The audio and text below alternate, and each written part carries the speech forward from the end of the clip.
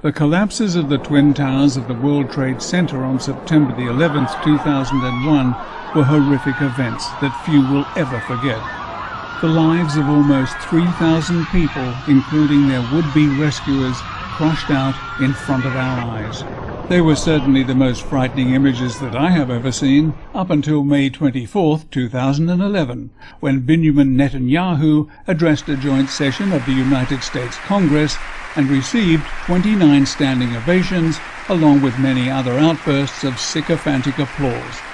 It was the final nail in a coffin, the construction of which began long ago, and in it all remaining vestiges of democracy were joyfully laid to rest by those sworn to protect it, as it became clear that the United States was now controlled by enemies inside its gates.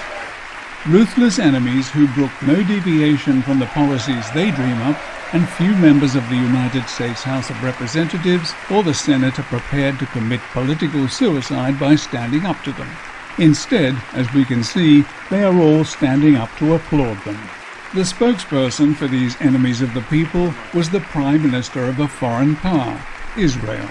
A strange choice at first glance, but really a clever surrogate, because the United States Congress could hardly be seen voting against the best interests of its own citizens, but it could be seen voting for the interests of Israel.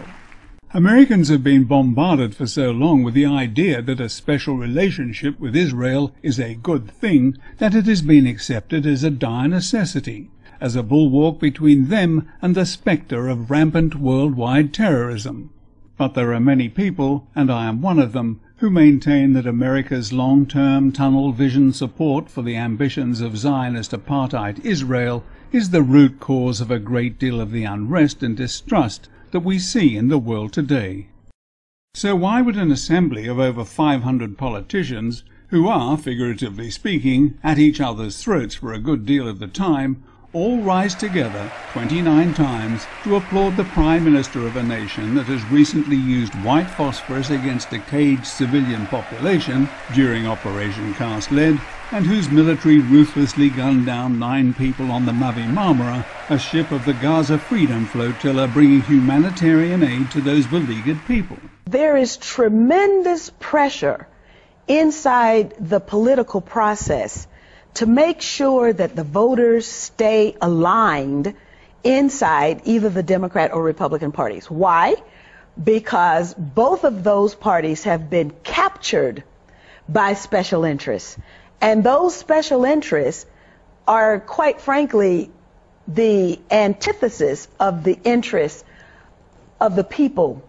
And there's no more special interest that has any more influence than the pro-Israel lobby. And living proof of Cynthia McKinney's statement was starkly demonstrated by the U.S. Congress 29 times on May 24, 2011. But it gets even worse when you listen to some of the things that they were applauding. And I do see a lot of old friends here. And I see a lot of new friends of Israel here as well. Democrats and Republicans alike. Not exactly earth-shattering material, but watch these two guys. Were they looking for a signal, or did they trigger the stand-up? Israel has no better friend than America, and America has no better friend than Israel. There were a few hesitations here, perhaps the slower ones recalling Joe Biden's embarrassing peace initiative visit in March 2010, when Israel announced it was going ahead with building a further 1,600 illegal structures on Palestinian land. And announcements coming out of a ministry yesterday, as they did, just further undermine the trust. But this undermining of trust is nothing new. It's been going on since at least 1967 in this grossly unbalanced special relationship. In the January 16, 2004 edition of Stars and Stripes, the late Admiral Thomas Maurer, former commander of the U.S. 7th Fleet, wrote the following. On June 8, 1967, Israel attacked our proud naval ship, the USS Liberty, killing 34 American servicemen and wounding 172. Those men were then betrayed and left to die by our own government. Israeli reconnaissance aircraft closely studied the Liberty during an 8-hour period prior to the attack, one flying within 200 feet of the ship. Weather reports confirm the day was clear with unlimited visibility. The Liberty was a clearly marked American ship in international waters, flying an American flag and carrying large U.S. Navy hull letters and numbers on its bow. U.S. military rescue aircraft were recalled not once but twice through direct intervention by the Johnson administration. Secretary of Defense Robert McNamara's cancellation of the Navy's attempt to rescue the Liberty, which I confirmed from the commanders of the aircraft carriers America and Saratoga, was the most disgraceful act I witnessed in my entire military career.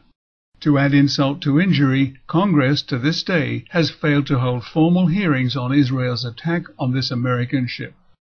Yet in the entire history of the United States, only 4 foreign leaders have addressed joint sessions of Congress more than once, and 2 of those were Israeli prime ministers. How strange that the United States Congress continues to ignore the victims of Israel's duplicity, yet its leaders continue to be honored. But let's get back to Congress to see if the applause has died down. We stand together to defend democracy. We stand together to advance peace. We stand together to fight terrorism. Congratulations, America. Congratulations, Mr. President. You got bin Laden. Good riddance. Now we'll have to play make-believe for a moment and imagine that what we were told about Osama bin Laden being responsible for 9/11 was true, and that he didn't die of natural causes some time ago, but that it really did take almost 10 years for the mightiest military machine that the world has ever known to track him down and murder him. But Israel's Prime Minister just told Congress that we stand together to fight terrorism. And America has no better friend than Israel. Now, I am certainly not an advocate for state-sponsored murder, but rumor has it that Israel doesn't shirk from sending hit teams off to other countries to deal with people they don't like, so why didn't Israel's famed Mossad get Osama bin Laden in gratitude for the enormous cash and arms handouts that Israel receives from the United States? Or as President Kennedy might have put it, ask not what your country is doing for Israel. Ask what is Israel doing for your country. I fast-forwarded to a point in Mr. Netanyahu's speech following an interruption from the gallery, the words of which were indistinct, but which he tried to turn to his own advantage. You know, I take it as a badge of honor, and so should you, that in our free societies you can have protests. You can't have these protests in the farcical parliaments in Tehran or in Tripoli. This is real democracy.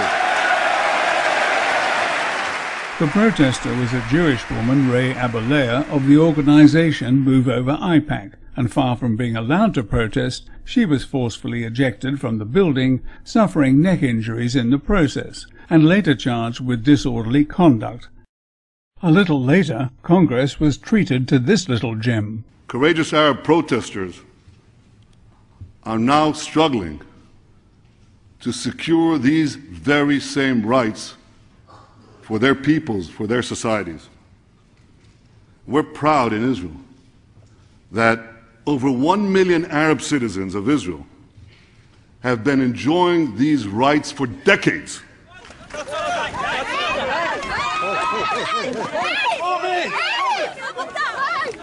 Nabi Saleh, a village near Ramallah, May 13th, 11 days before Netanyahu addressed Congress. The peaceful rally commemorated the 63rd anniversary of the Nakba, or catastrophe, when Palestinians were expelled from their homes as the State of Israel was established. So what was that you were saying, Mr. Prime Minister? Over 1 million Arab citizens of Israel have been enjoying these rights for decades. As long as you don't mind having an arm or a leg broken or seeing the spectacle of thugs with guns sitting upon an unarmed woman. Although there were some serious injuries, no one was killed during this particular incident, but here are some statistics to ponder. During the last 5 years, 3,200 Palestinians have been killed by the IDF. At least 1,657 were not participating in fighting at the time of their deaths. Of those killed, 580 were children. Now we come to the usual fabrications about Iran. Iran's leaders deny the Holocaust of the Jewish people while calling for the annihilation of the Jewish state. Leaders who spew such venom should be banned from every respectable forum on the planet. First, it does not appear that President Ahmadinejad has denied the Holocaust. What Ahmadinejad has questioned is the mythologizing, the sacralization of the Holocaust, and the Zionist regime's continued killing of Palestinians and Muslims. Why is it that those who ask questions are persecuted? Why such sensitivity or such prohibition on further studies on the subject? The main question is, if this happened in Europe, what is the fault of the Palestinian people? Second, please spare us the claims that Iran's president threatened to wipe Israel off the map, as repeated by then-Senator Obama to keep AIPAC happy. Its president denies the Holocaust and threatens to wipe Israel off the map. Not true. Quoting the late Ayatollah Khomeini, President Ahmadinejad said, "This regime occupying Jerusalem must vanish from the page of time." This translation has been agreed on by Persian scholars for well over 5 years, but Netanyahu suggests that Congress agrees with the damning translation that suits his agenda. You've condemned the Iranian regime for its genocidal aims. An outrageous interpretation which got no applause, but he then went on to make a song and dance about Iran's nuclear intentions. For the greatest danger of all could soon be upon us. A militant Islamic regime armed with nuclear weapons. A nuclear-armed Iran would ignite a nuclear arms race in the Middle East. Yet the Ayatollah regime briefly suspended its nuclear weapons program only once, in 2003, when it feared the possibility of military action. But according to a U.S. National Intelligence Estimates Advisory released in February 2011, it seems that Iran has not been pursuing a nuclear weapons program since 2003. And even the UK Guardian, not known for its pro-Iran stance, appears to agree that Iran is not in breach of international law. The supreme irony is that Iran only began seriously looking into the possibility of developing nuclear weapons because of speeches like these. That he has existing and active military plans for the use of chemical and biological weapons. What we're giving you are facts and conclusions based on solid intelligence. Those lies and mistakes cost untold numbers of Iraqi lives and wrecked the infrastructure and cultural heritage of an entire nation. But there are also warnings to Iran, which only sought to exercise exactly the same rights that Netanyahu seems to think should be exclusive to Israel. Israel always reserves the right to defend itself. This man, who has been asking the United States to provide weapons for a preemptive strike on Iran based on unsubstantiated rumors, also had the gall to state, Israel is not what is wrong about the Middle East. Israel is what is right about the Middle East. My low regard for leaders like Benjamin Netanyahu and his unwavering supporters does not mean that I am in favor of ideologies or regimes that advocate the stoning to death of women and other barbaric practices. But I would suggest that when this regime occupying Jerusalem does vanish from the page of time, it will only have itself to blame. But more urgently, it is time for decent Americans to take their country back from those who are selling it down the river for the proverbial 30 pieces of silver, which buys them their cozy seats in Congress, but which leaves the rest of you out in the cold.